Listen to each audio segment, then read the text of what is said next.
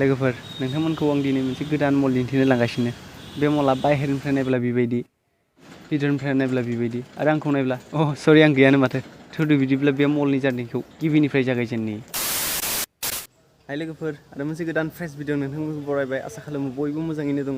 नोंथांमोना भिडिअनि गिबियाव नायना मोनथिखाबाय जानांगौ जों बबाव थांगासिनो एबा आं बबाव थांगासिनो। थुदो बिदिब्ला भिडिअखौ स्टार्ट खालामनोसै।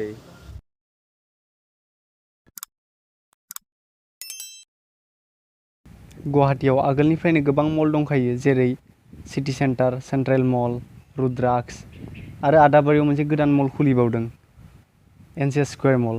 थुदो बिदिब्ला नोंथांमोनाबो आंजों।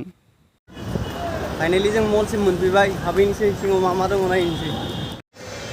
मलनि सिङाव हाबबोना नुबाय माथो खुलिथ'वाखैनो। जोबोद थाब फैफ्लांबाय नामा आङो।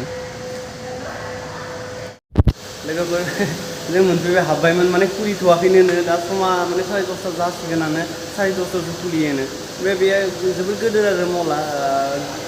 मोजां मोजां माबा ब्रेन्डनि माबा फैदों बेयाव, जेरै कासिय' फैदों, रिलायन्स ट्रेन्ड्स दङ, डिजिटेल दङ, आइनक्स दङ, सिनेमा हल, ओमफ्राय दङ जि सक दङ, ओमफ्राय पिज्जा हाट दङ।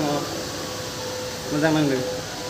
फार्स्ट फ्ल'राव मा मा दङ एसे नायनो होनना फैदोंमोन। बे समावनो कारेन्टआ थांना होदों। वाव, जोबोर खोमसि।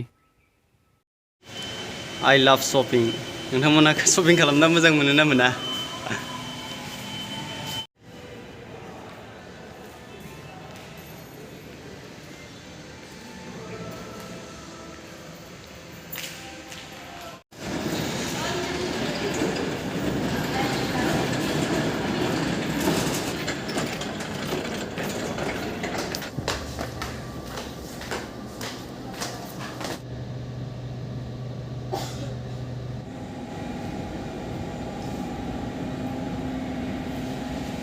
Few moments later.